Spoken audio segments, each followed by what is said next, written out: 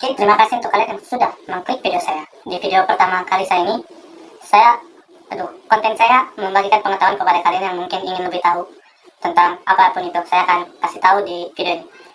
Tapi video saya ini berdurasi 10 menit. Jadi akan ada mungkin video keduanya atau bagian ketiga. Oke, tetap ikutin video saya dan don't worry to subscribe. But subscribe is free, you know. Subscribe itu gratis, tidak ada dipungut biaya sama sekali. Oke, lanjut. Di konten pertama saya ini, saya akan berbagi pengetahuan kepada kalian bahwa mula roket itu terbentuk. Awal mula ada teknologi roket, itulah tepatnya. Di buku ini menceritakan bahwa teknologi roket pertama kali ditemukan oleh bangsa Cina. Sebelum abad ke-20, bangsa yang pertama menemukan prinsip kerja roket adalah Cina.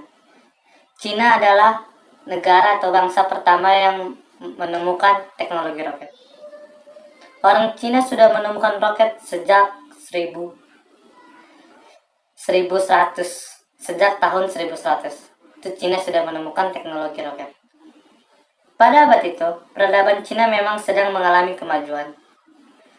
Boleh dikata kemajuan Cina melebihi bangsa Eropa. Yang kita ketahui sekarang bahwa roket yang terkenal adalah buatan USA, Rusia, dan apapun itu, seperti Malaysia juga sudah ada ya roketnya, dan kita dikalahkan oleh Malaysia.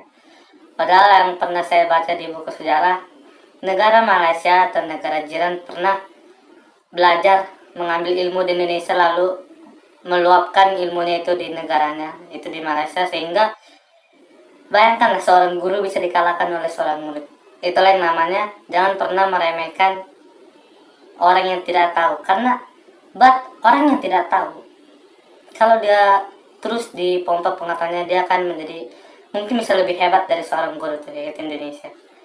Jadi jangan pernah meremehkan orang yang sedang belajar. Seperti saya sedang belajar membuat itu. Oke, lanjut ke topik. Hal ini disebabkan karena Cina negara yang pertama kali menemukan kertas. Kertas ditemukan oleh orang Cina pada masa pemerintahan Joti, yaitu oleh Tsai Lun. Sedangkan roket buatan Cina sendiri itu ditemukan saat pasukan Mongolia di bawah komando Genghis Khan menyerbu Cina pada tahun 1232. Tentara Cina menggunakan roket ini sebagai senjata.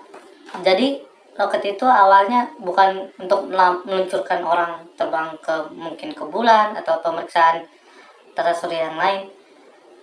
Roket itu pertama kali ditemukan oleh bangsa Cina dan digunakan buat perang, bukan untuk meneliti angkasa luar.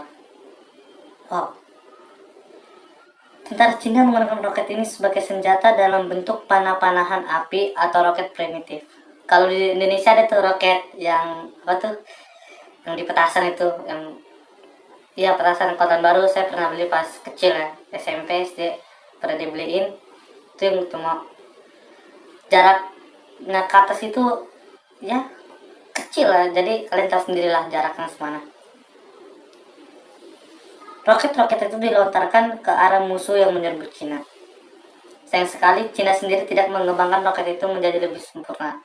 Jadi kekalahan Cina dibandingkan dengan bangsa-bangsa Eropa itu yang saat ini sudah bisa meneliti keluar angkasa, itu kesalahan Cina itu dia tidak memajukan teknologi yang sudah dia dapat itu. Hanya digunakan buat perang pada saat mungkin abad peperangan, kan ada tuh yang gila-gila perang antara Romawi dan bla bla bla. Cina tidak mengembangkan roket itu menjadi lebih sempurna. Bahkan setelah Cina ditaklukkan oleh bangsa Mongolia, perkembangan roket itu seakan-akan mati. Jadi setelah dia kalah oleh Mongolia setelah Cina ditaklukkan oleh bangsa Mongolia, jadi perkembangan roket itu udah di stop. Apa mungkin orang Cina punya percaya mungkin dia roketnya tidak bisa mengalahkan bangsa Mongolia. Akhirnya dia bisa jadi dia down. Jadi dia tidak mengembangkan roket itu kembali. Di sini tertulis pada tahun-tahun selanjutnya pengetahuan tentang roket seakan lenyap begitu saja. Jadi lalu kapan roket itu memasuki Eropa? Nah, di Eropa roket dikenal sejak tahun 1300. Pada saat itu roket tidak digunakan sebagai senjata.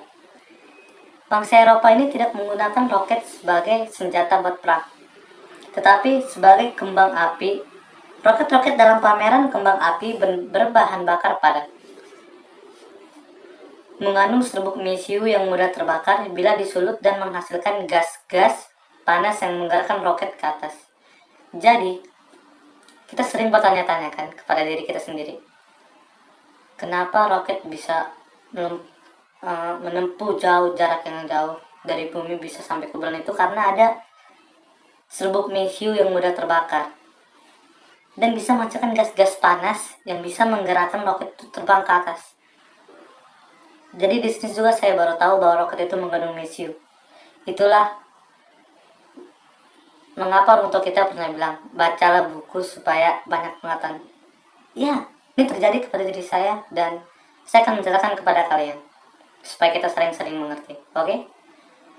Roket ini digunakan dalam artileri Inggris oleh Sir William Congreve dalam pameran kembang api. Selanjutnya, pada pertengahan abad ke-19, perkembangan meriam dalam dunia militer mengalahkan perkembangan roket. Dalam teknologi militer sekarang, roket lebih dikenal sebagai rudal atau peluru kendali. Yang kalau kita saat ini perang ini kan sudah ada tuh yang latihan perang, mungkin negara apapun sedang latihan perang, kita sering banget ada misalnya ada pesawat jet musuh yang terbang. Rudal ini ditembakkan dari bawah untuk menuju target ini. Jadi dia bisa mengikuti arah pesawat ini kemana-mana. Jadi kebanyakan jadinya. Ya itulah. Lalu kapan roket digunakan atau dirancang untuk mengunjungi antariksa? Nah itu juga pertanyaan saya. Dan di sini saya akan menjawab. Kok saya nanya saya yang jawab ya?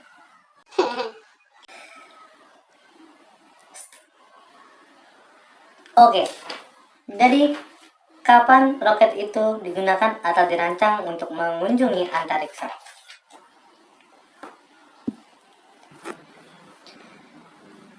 Orang yang mengembangkan gagasan dasar penerbangan ke antariksa bukanlah orang Cina. Cina memang sudah membuat roket primitif pada abad ke-11. Namun, seperti yang saya bilang, dia tidak mengembangkannya lagi, malah seakan-akan teknologi yang dia punya itu seakan-akan mati atau tidak digunakan lagi. Jadi, bangsa Cina sendiri tidak berpikir untuk mengembangkan roket sebagai alat terbang ke antariksa. Bahkan hal itu mungkin dianggap sebagai hal yang mustahil. Ya kita tahu lah, mungkin perkembangan otak orang dulu kan tidak seperti sekarang ini yang sudah ada bisa sampai ke bulan, sampai ke planet lain, ya. Kita tahu itu semua. Jadi mengembangkan gagasan dasar terbang ke antariksa itu adalah Konstantin Tsiolkovsky, sangat susah sekali namanya. Ia seorang berkebangsaan Rusia yang dulu lebih dikenal dengan nama Uni Soviet. Dan itu masih memahami paham komunis dulu ya. Yang bekerja sebagai guru. Dan guru-guru sekarang. Ya itulah. Yang aneh, pembuat gagasan dasar terbang ke bulan justru tidak pernah membuat apalagi meluncurkan roket. Dengan tepat ia menyebutkan bahwa roket yang dibuat harus terdiri dari beberapa tahap. Satu di atas yang lain. Bila tahap pertama habis, bahan bakarnya yang berupa cairan tersebut dilepas dan diganti dengan tahap berikutnya. Semakin lama, roket akan semakin ringan dan dapat menghasilkan daya yang lebih besar.